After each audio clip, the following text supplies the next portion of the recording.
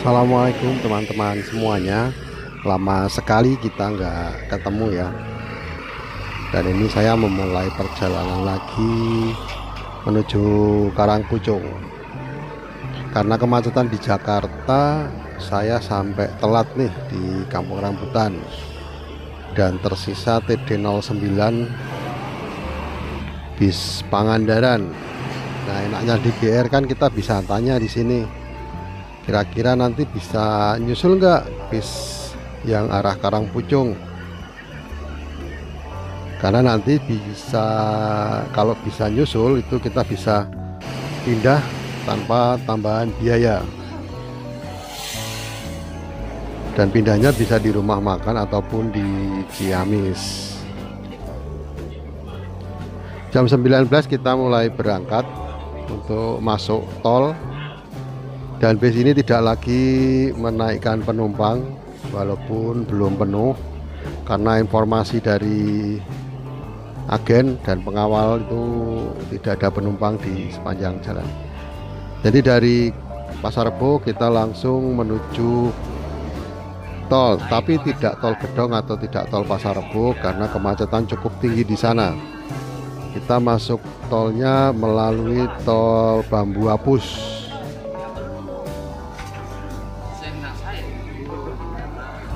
Dan untuk pindah saya dikasih tahu bahwa ada yang di belakang atau yang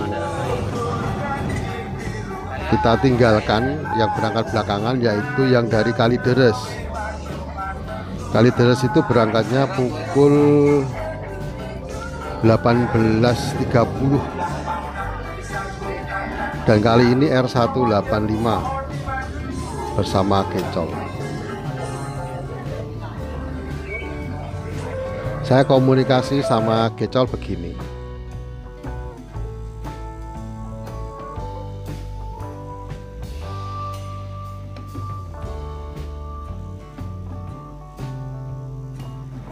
Nah, tiba-tiba ini ya, ini hampir masuk di tol Cilenyi. Gecol nyalip dari sisi kanan menerobos antrian, tapi tetap saja dia tidak mendapatkan posisi lebih depan.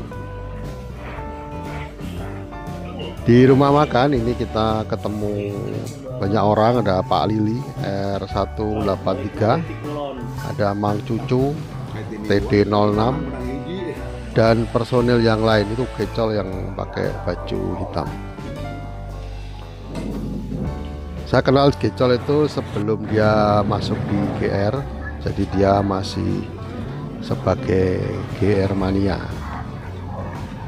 Perjalanan cukup lancar, kecuali tadi yang di Rancaikek itu ada pembangunan jalan yang mengarah ke timur, di tengah-tengah dikeruk dan belum selesai.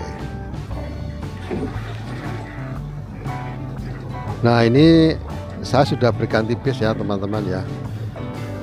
Saya sudah di R185 dan duduk di paling depan di belakang Pak sopir.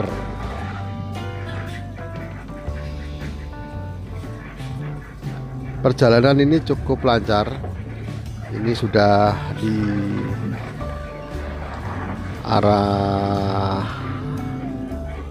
Limbangan ya. Oh belum, ini masih Nagrek teman-teman. Ini masih Nagrek, kita mau nyebrang rel dulu.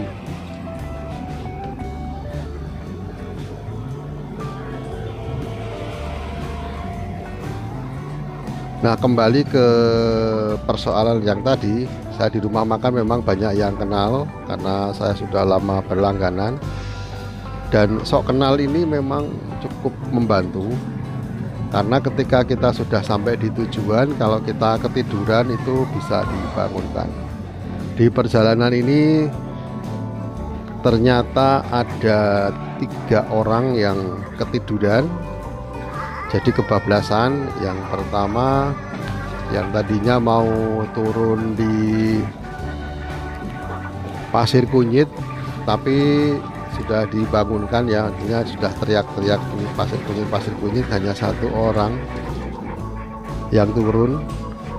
Dan satunya ya nggak ingat yang mana yang tadi minta turun ya, karena memang nggak kenal.